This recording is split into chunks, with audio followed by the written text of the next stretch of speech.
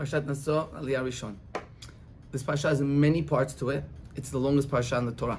Hopefully we're going to go through some important points that we could take a lot from it for the future. Number one, regarding Parashat Naso's length of psukim, there's 176 psukim in Naso. It's not the only place where that number plays an important role. Also in Ketuvim, Tehillim, Perek Kuf Yutet, there's 176 psukim. Also in the Torah Shebe'al Peh, in the Gemara Baba Batra, right?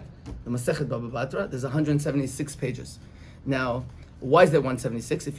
One idea that I saw that I liked a lot, if you multiply 176 by 3, right, because the 3 books that we said, you'll get 528. 528 is Gimatria Keter HaShlosha, the crown of the 3. Which 3? So now, through these days of Sfirat HaOmer, we've been learning Pirkei Avot.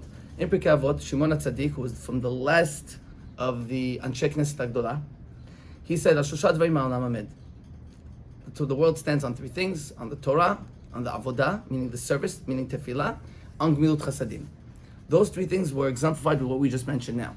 Torah, like we're learning right now, Naso. Naso is the Torah, right? That's important for a person to know.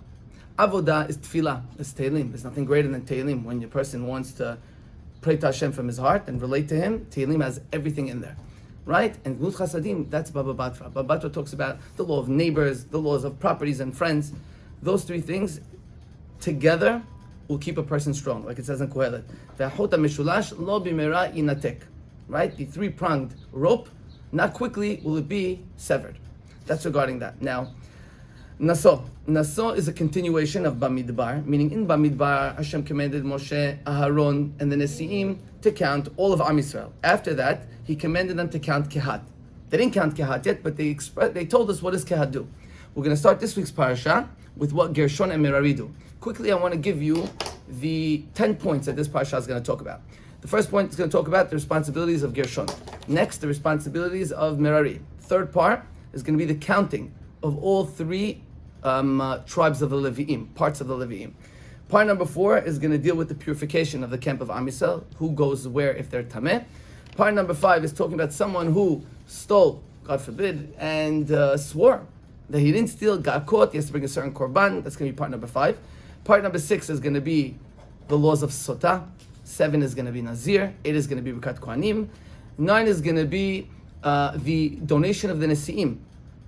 And 10 is going to be where and when Hashem would talk to Moshe. Now, we're starting off the parasha as a continuation, we said, from Bamidbar, an Aleph Iyar. In the middle, when we get up to Birkat Kohanim, later on, I think by the Aliyah Revi'i, we're going to actually move back a month to Aleph Nisan. That was told to them when the Mishkan was put up. The Nesim donating their korbanot. So this is one of the proofs of the Torah is not in chronological order.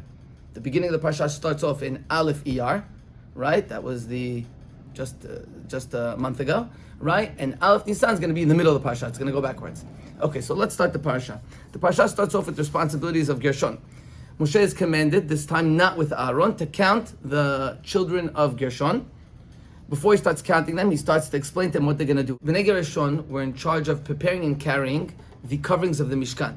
Different than Kehat that we read in last week's parasha at the end, that they were just going to carry the kelim. The Kohanim prepared the kelim for them. Here, Gershon's going to be able to prepare and carry. Now, what he carried? He basically carried, there were 3 or 4 covers on top of the Mishkan. The first cover was called the Yeriot HaMishkan, the covering of the Mishkan, because it really joined everything together. That covering was made out of wool and linen, right? 1 part linen to 3 parts wool. Regarding the covering, you could see more details about it in Parashat Truma. Now, on top of that was the covering of the goat hair. These 2 coverings were both fabrics, right?